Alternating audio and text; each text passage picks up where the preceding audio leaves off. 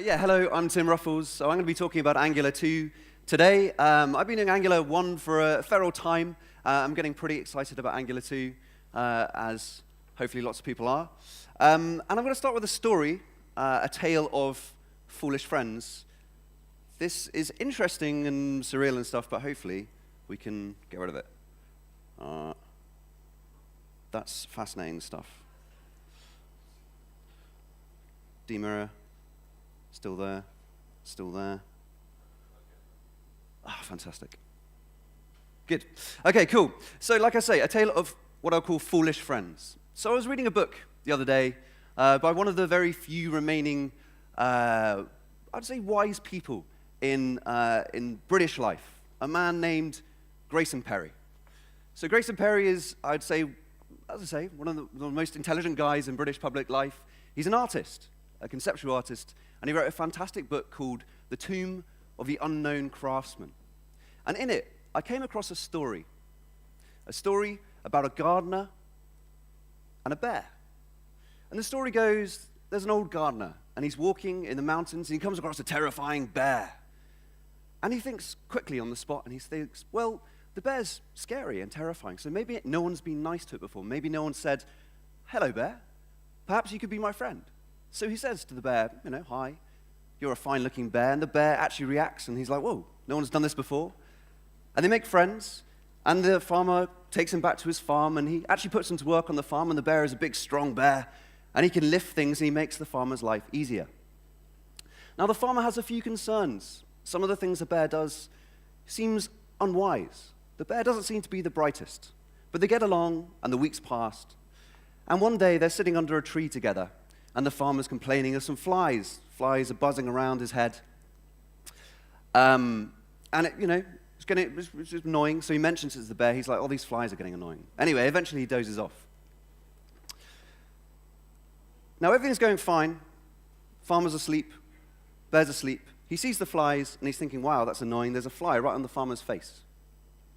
And this little bear thinks, okay, I'm going to fix this problem. He grabs a massive boulder, and he smashes the farmer's face. And the moral of this story, and the moral from the wise programmers of this story is actually from an ancient story from the Middle East, is this: that a foolish friend may cause more woe than could indeed the wisest foe. And it's the idea that if you put your trust in the wrong things, bad stuff happens. Possibly worse things than even your worst enemy could consider. And maybe a controversial opinion, but I think we both have a foolish friend, you and I. A very popular friend shared with a lot of people. I'd say that foolish friend is Angular 1. It seemed like an incredibly awesome framework at the beginning. It made, that heavy lifting a lot easier. It was big and strong. And it felt great to have such a big, scary friend once you'd mastered it. And you can see it just keeps growing and growing. 1.1 million, 1.3 million, these are the number of unique visits to the documentation site. So obviously, people are excited by Angular 1, and it does do great things. I've always been impressed by how far people can get with Angular 1, especially people new to programming. They can just build great stuff, because that bear is helping them lift the heavy stuff. But eventually, I find there's a lot of rock-face interaction that you could do without. Now, I'm aware this goes into a very, very long history and tradition, probably going back to 7th century Iran, of starting a project with some idea, some framework. The project goes into a mess eventually. You build the application, it gets more and more complicated, programmers join and programmers leave, everything turns more and more complicated, we keep adding stuff. Eventually, we have to admit that the project is turning into a failure, and we have two paths before us. Either we take it on the chin and we admit that perhaps we're not infallible, and maybe it was our fault, or we blame the framework. If we blame the framework, our ego is intact. We can find another framework, perhaps from a speaker like myself. We can adopt that, start the project again, and everything is good for about 6 months until it turns into a mess and we need the next framework. And I believe this is one of the engines driving technology forward, is the ability of programmers to blame a framework rather than themselves. And I'm definitely a big fan of doing that. Anyway, so what about Angular 2? So, Angular 2, still early days, still in release candidate, still not a released product. But I've been playing around with it, and I'm glad to say I don't think Angular 2 is anyone's fault. There's some very, very smart people working on it, a big community of people obviously using Angular 1, and a lot of patterns have emerged that I think makes Angular 2 a really, really exciting looking framework. And beyond that, actually, and this is something I'm not going to touch on too much today, but it's definitely one of the kind of really exciting things about Angular 2, is Angular 1 was a framework, and Angular 2 is really a platform. And what I mean by that is Angular 1 was obviously purely browser-based, whereas Angular 2 has really started to abstract the idea of UIs beyond the browser, which is quite exciting. So we've got server-side rendering for the first time, so we can efficiently serve up HTML to the first time the user hits the page. Very, very exciting stuff. We've got native mobile apps with native scripts. And again, this is just a tiny bit of code you'll change in the template to switch between a web-based app and a native mobile app. And then we have fantastic widget libraries moving on from Angular Material, which was obviously a huge success, to Angular Material 2. And again, that kind of production quality widget library you'd expect from Google. But there are very, very big changes between Angular 1 and Angular 2. Again, to avoid being foolish. So I'd like to look through what an Angular 2 application looks like today and share some of the kind of big changes that you're going to see from Angular 1. So the first big idea is that Angular is component-driven. This is probably no surprise. The entire web platform is moving towards components. We're going to have native web components eventually when everyone kind of agrees. Obviously, React has done a great thing for the idea of a kind of tree of components being the way to build an application. So let's have a look at our very first component with Angular 2. Now, all the code samples today are going to be in TypeScript. Now, Angular 2 does support ES6. It will be a first-class way to write Angular 2. At the moment, TypeScript is my preferred way to do it, and the documentation is most complete for TypeScript. Eventually, ECMAScript 2015, 16, etc. will be completely supported. You could also use Dart if you like. Any Dart fans in the audience? Ah, no, surprise. Cool, okay, so this is our goal. This is our very, very big goal. We're going to try and get a picture of a bear on the screen, and that will be our application. Okay, so bit by bit. We're first going to use the ES6 module syntax. So Angular uses TypeScript. TypeScript is just a bigger version of ES6. We're going to import a component from Angular core. You can see it's also using the Node Package Manager's scoped packages. That's where all the packages live. So Angular 2 core. And again, big change from Angular 1. It's not a huge monolith. Everything is set into small, kind of tightly focused packages. And again, this is going to really help when we're going to be migrating our application to the mobile client, server side, etc. So we've got a component. And a component is actually what's called a decorator in TypeScript. So this is just something that attaches a couple of properties to any JavaScript object. So in this case, we're going to add an object with the selector. This decorator is going to accept an expression in a second, which is a class. So this is, again, very, very similar to the ES6 class syntax. We'll have a look at a little bit more detail about TypeScript classes in a bit. Anyway, so we're attaching this component metadata to a class. And apart from that, you'll see that there are no class inherits Angular 2 view or anything like that. We're not in the kind of Ember or Backbone world. We don't need to tightly couple our components to Angular. You see it's just a decorator, nice and clear. And then altogether, you can see we've defined a component in not very many lines. Nice and clear. Super. Now, how do we actually get this on the screen? How do we actually boot this application up? We use a platform-specific bootstrap function. So in this case, we are in the browser, and we are in a real browser, not on the server side. So it's the platform browser dynamic. And if we were going to boot this application on the server side, we would just import a server-side platform. And again, if we wanted to do this on a native app, we would simply add an additional view to this component. And you can see over there, we have a tight coupling to the DOM with the template. If we had an additional view, we could use native script markup, so like whatever iOS image tag, whatever, instead of the image, and the rest of the application code will stay exactly the same. So with our platform-specific boot, we'd call Bootstrap. You can see a very minimal HTML. If we had a production kind of bundle, that would kick off the application.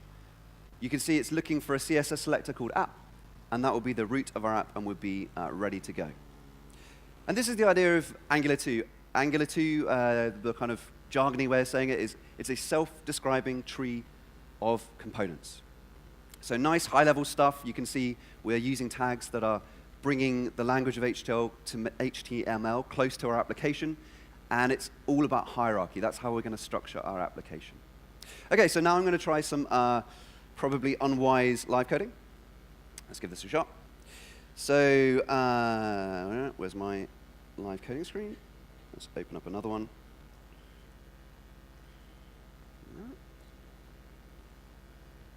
Cool, okay, so this should update in real time as I change the code. And over here, you have my wonderful 1970s technology Vim editor. So I've imported a bunch of stuff, because it's not very fun watching people just import stuff. I'm going to define our very first component, our app component, and we're going to try and get it on the screen. So that will be a class. I'm just going to call it app. Nice and simple so far. Now, no one's going to be able to see anything in a ES6 or TypeScript file unless we export it, so I'm going to export that class.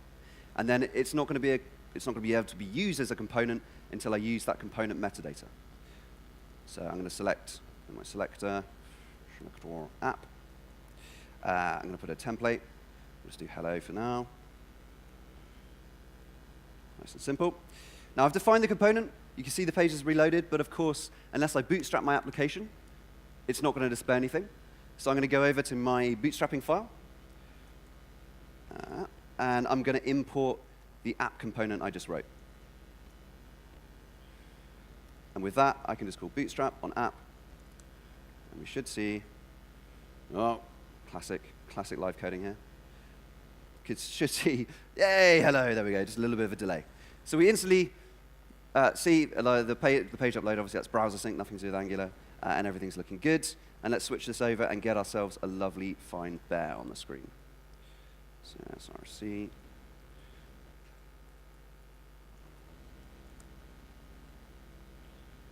Super. OK. Nice and quick. That's good. I'm going to keep the live coding in small chunks to reduce the risk of everything going catastrophically wrong. OK. So now I'd like to talk a little bit about TypeScript before we dig in and make a more complicated demonstration app.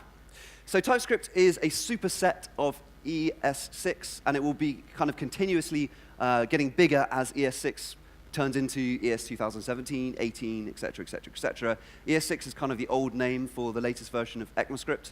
We're going to yearly releases now, so we're going to be adding features very quickly, rather than a huge big bang release like ES6 was. Now, this is probably going to anger loads of people in the room. And I understand this because I was kind of like this before I used TypeScript. I'm kind of a dynamic languages person at heart. But I think JavaScript is a bit of a foolish friend. And I think kind of, to be honest, writing big applications in a completely dynamic language is always kind of a little bit of a foolish friend, because static types do so much of what you have to do anyway. And I feel like we're a little bit spoiled as programmers. You know, other engineers, when they have to get something right and they're building something, they have to do this kind of stuff. Whereas we complain and we're like, oh, this is so boring. I have to add type annotations to my function. It takes ages. And you're like, this. You know, I've changed, this is JavaScript with a bit of destructuring, and I've added this type signature. And all that does, a tiny bit of code, is it stops this typo, where I've got element instead of element, from becoming a runtime exception. Fantastic. And then also, if a junior joins a team and they type in boot, their IDE can autocomplete the entire options hash. They can see all the options inside. You can do really, really nice self-describing code. And of course, you should be, well, we of course all document our code anyway, so you probably have to write a bunch of this type annotations yourself, but in useless comments, rather than in lovely, you know, editor-supported types. So I find TypeScript has actually been a real pleasure. And I do accept there are incredibly bad type systems out there. I'm not going to name any names to avoid upsetting people. But yeah, the main benefit is that, you know, it is so much easier to write code that's maintainable if you just think a little bit and document your types. Good news. But it's a very, very smart language. I believe it's designed by the same guy who did C#, which is obviously, you know, super smart, has wonderful things like link, etc. So it does have lots and lots of features. Let's go through a few. The types are very, very intelligent. So it has type inference. So you don't have to do things like var, name string is a string, type string, string, like other languages. So you could be explicit like this, or you can simply let the compiler take the strain and it'll infer the types. And TypeScript will warn you when it can't do the inference, so you can kind of just code happily along, as if you're writing JavaScript. If it ever can't infer the type, it will warn you about it, which is rather nice. Same thing for functions. If we want to add type annotations, very, very easy, but it can also do intelligent inference, which is nice. And again, it turns previously runtime errors into compile time errors, which is nice. So you can see down here, if we're expecting this to be a string all the way through, a number throughout our application, or a string, conversely, you can see this is now a compile time error, rather than having to wait all the way down in some deep stack until we get undefined not a function or something unpleasant like that. And then it's also a language that's designed around the JavaScript ecosystem. So rather than kind of trying to force programs into a well-typed tiny box that's really constraining, TypeScript really tries to add typing to the JavaScript ecosystem as it stands. So there are well-written type definitions for incredibly dynamic libraries like jQuery that uses just hundreds of different method definitions overriding on the same signature, which is pretty intelligent. And it can do things, there's a very common idiom in lots of dynamic languages to use various string constants as an enum. You can do things like type union, so you can see this pipe is effectively making a type, which can only be these two strings. So again, if we typo like an event listener argument, it will say, well, this event listener is never going to emit an event of this type. We can do type union, so again, TypeScript, if you are strongly into functional programming, which I am, TypeScript is actually great.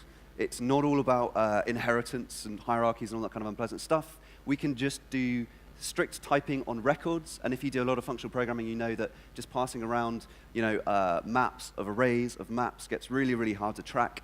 We can easily define structs with the type, and then we can do things like type unions, type intersections, all sorts of good stuff. Okay, cool. I won't dig too deep into that stuff, but I really think TypeScript is a super, super smart statically typed language. Modules. So modules are obviously coming to ES6, and TypeScript is adopting them. It allows us to have a local namespace for every single module, aka every file. Everything we export with the export keyword is visible when we want to import it. It has very, very nice properties, like it can handle secular dependencies if you have secular dependencies. And of course, we can statically analyze these files to work out what's going on. Nice and simple. Again, not very verbose. And this is also completely interoperable with Node, so we can do things like default exports and all that kind of good stuff. In import, we saw the converse other way around. If we import named things, so over here, we've exported hello component. Importing is as simple as doing an import. And we can import as many things as we want inside those curly braces. And then finally, classes. So again, this is ES6 classes with new stuff.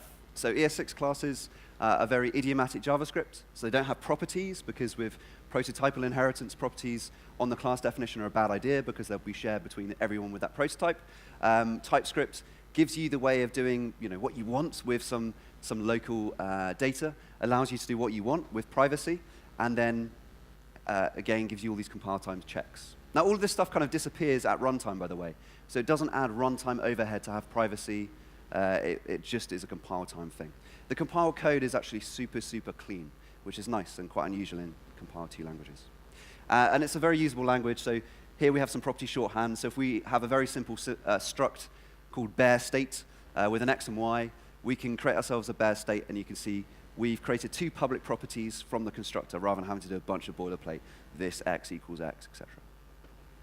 And again, we can get super sophisticated with TypeScript. It has full generic support, so we can have like a nice typed balanced tree, whatever crazy stuff we can come up with, and we can use the type generic, so you can see that type tree takes a type t, and then we can use that throughout all of the method signatures to have a completely type-safe generic tree that can take any type of data we like.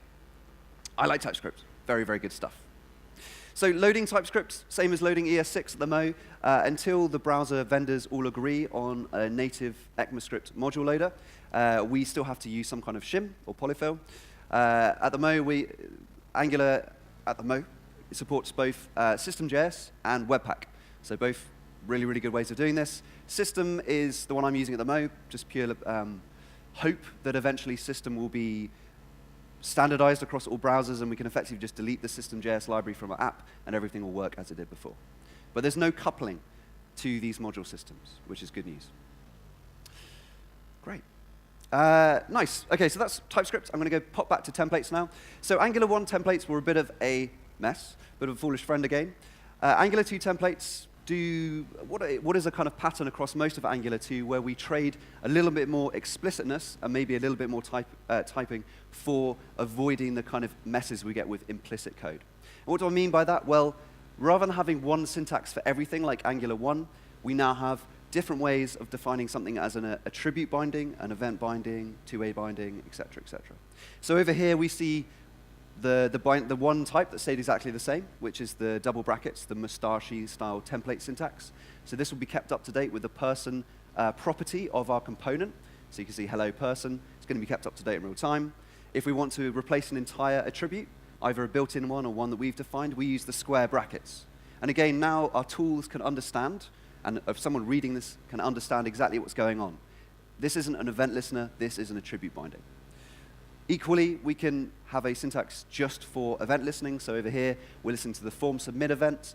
Angular 2 is pretty, I'd say, host-friendly, whereas Angular 1 really tried to hide the DOM away from you completely. If you are writing platform code, you can just listen straight to DOM events like this, pass them around, and then you can use Angular's like ng submit if you'd like to.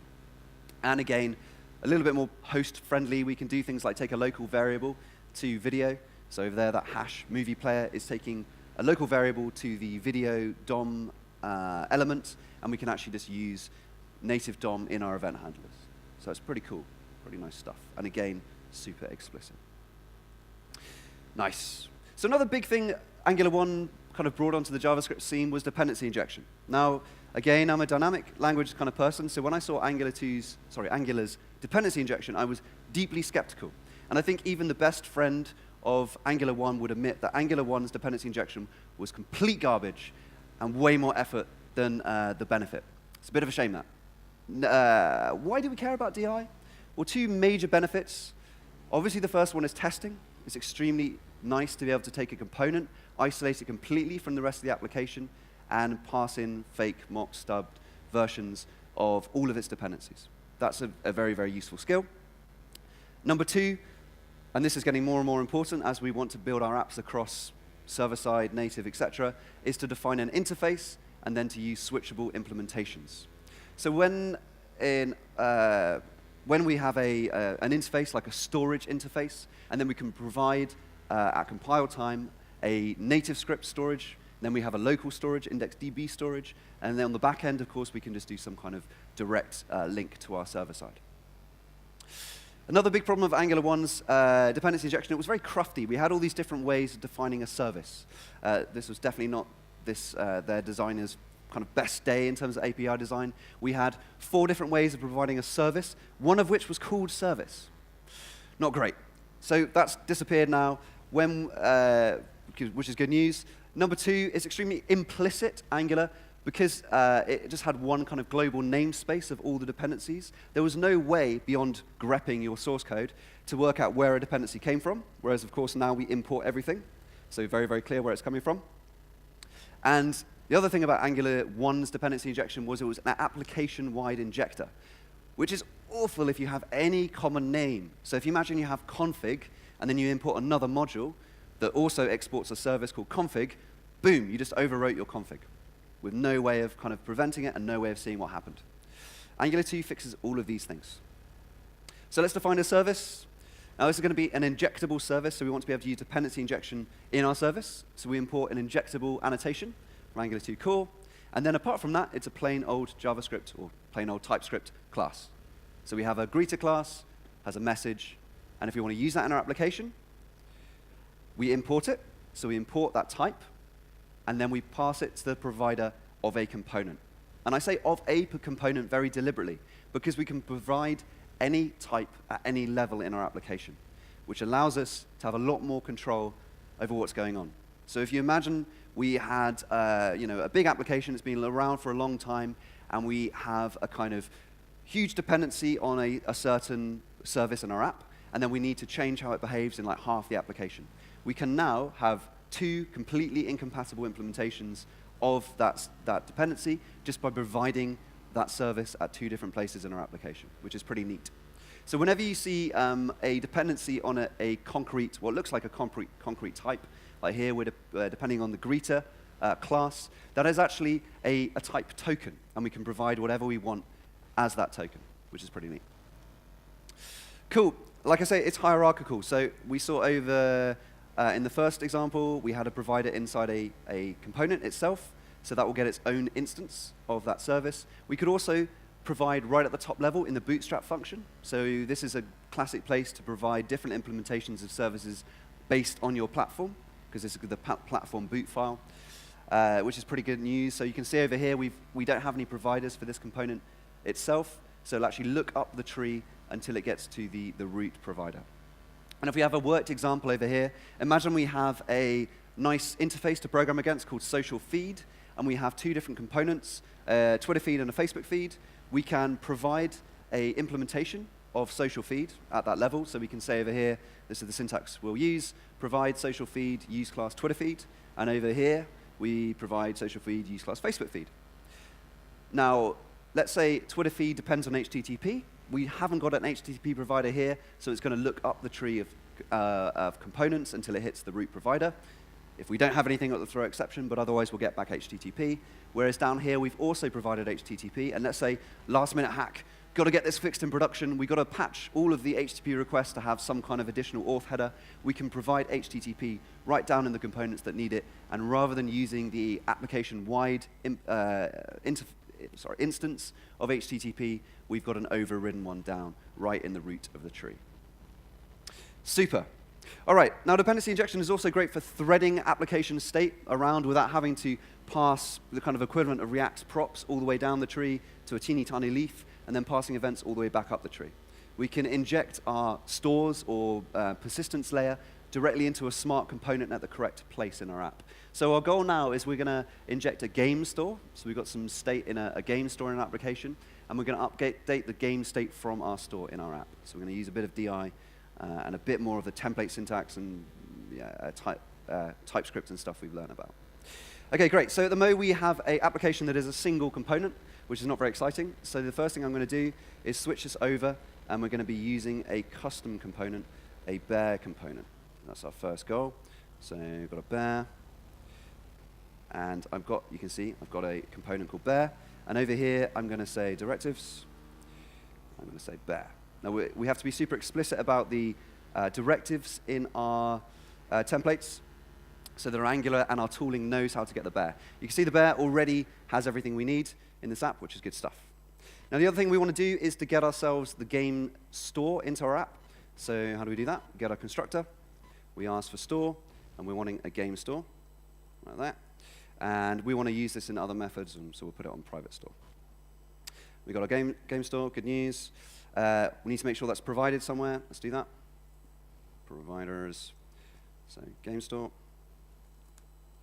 Make sure everything's booting still. Good. And now we're going to start up our game. And we're going to use a attribute binding. And we're going to say the state of the bear comes from the game store, so store bear. You can see the link between these two things. Any variable we reference in our template is going to be part of the public API of our component. This allows us to have like a nicely defined interaction between the template and our component. Now, hopefully at this point we should get a crash. Good, because our bear, if we have a look at our bear component, doesn't have any way of getting input. Now, we define input super explicitly in Angular, so we're going to use an input decorator over here, and we want to get an input called, I believe, state. That's what I used. And we're going to bind it to a local property called bear over here. It's going to be an any. Cool, so the bear is back, which is good news. And over here, we're now going to bind this to the left style of our image. So over here. Cool, so you can see actually our bear has been provided by the game store. The game store is actually like a live game, so there's a tick function going on, and it's moving our bear across the screen in real time, which is good stuff. Nice. Now let's go back to app. Now, like this game store is actually an implemented game, so if I hit the D, I want the bear to move backwards. So if I want to defend us from the foolish friend of our bear, I want to get this to the game store.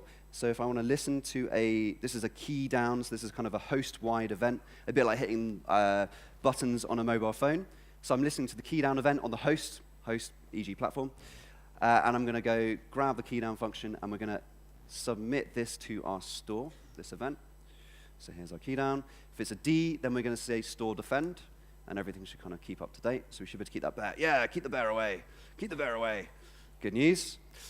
And now this isn't a game unless we have consequences. So we need to get consequences into this game.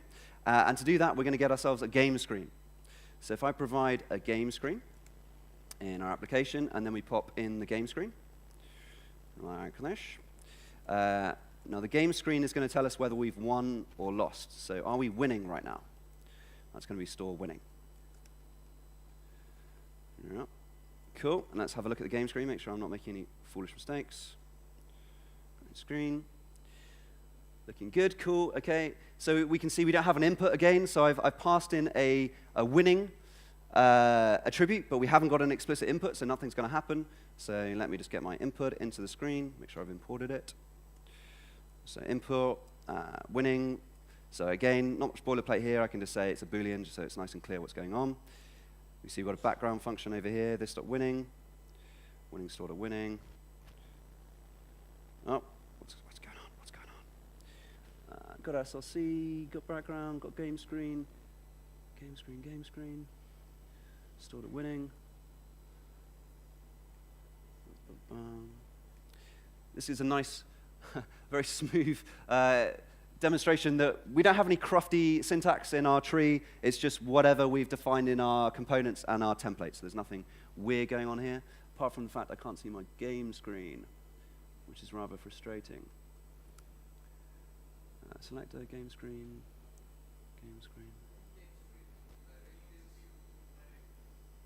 Thank you. Yep, you're absolutely right. Game screen.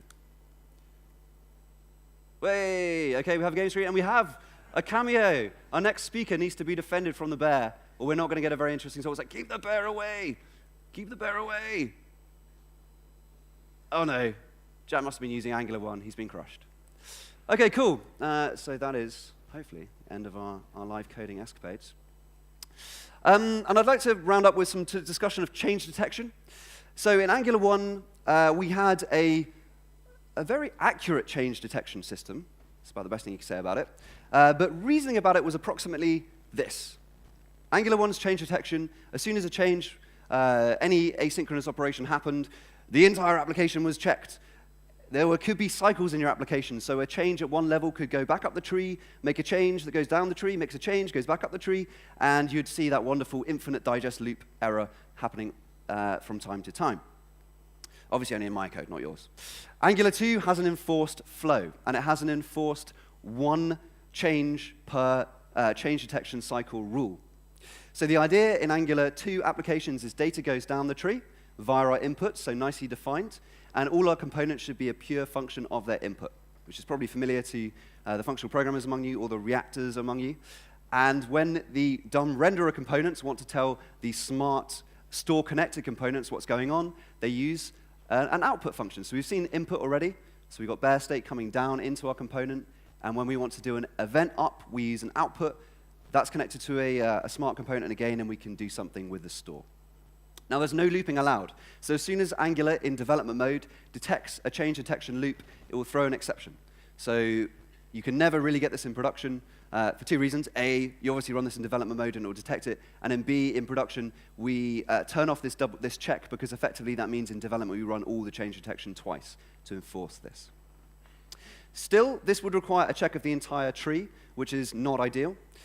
So we can fix that pretty well with on push. And this is the idea that we can start to tell Angular that we're using more immutable techniques, functional techniques, like observables, like immutable.js, so immutable data structures that cannot be changed in place. And if we change Angular's change detection strategy to on push, then Angular will effectively ignore a component in the change detection cycle until that of input changes, which could cut out thousands of checks per change detection cycle.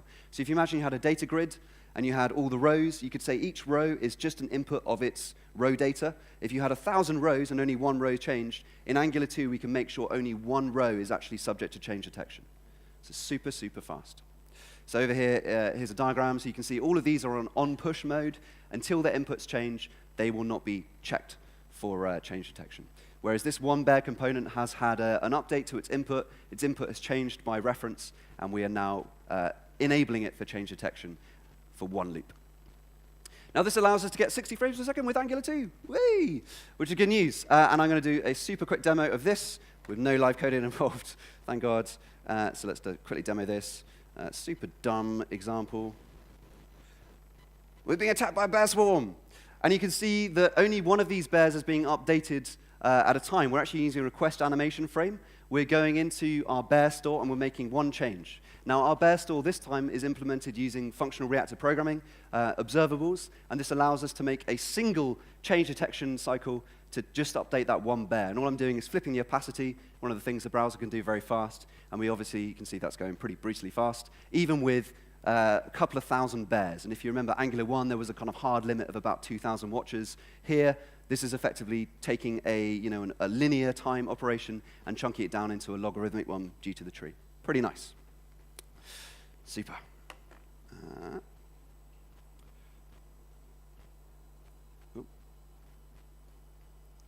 So, hopefully I've demonstrated enough to convince you that Angular 2 is a potential friend, and a potential wise friend. Now, it's still release candidate 1, so lots of the promised wonderfulness is still slightly beyond release. So server-side rendering, aka Angular Universal, is still not quite finished. The web worker renderer, which allows us to do multi-threading in our application and move all of the app code to a web worker apart from the renderer, which is very, very exciting, allows you to get it even faster, again, is not completely complete. And the APIs are pretty damn stable, but there's probably going to be a few changes before our final release. But I believe Angular has learned a lot. It's really learned a lot about how we're programming these days with FRP, with immutable data structures, obviously the need to do cross-platform with a single code base. So it's pretty exciting to be able to write TypeScript code once and deploy it to the server side, to native script across all the mobile devices. And of course, the demand performance in the web platform is getting bigger and bigger the whole time, so we get web worker support, multi-threading, all that kind of cool stuff. So I really recommend you give it a go, whether you're an Angular 1 lover or hater. And that is all for me. Thank you very, very much.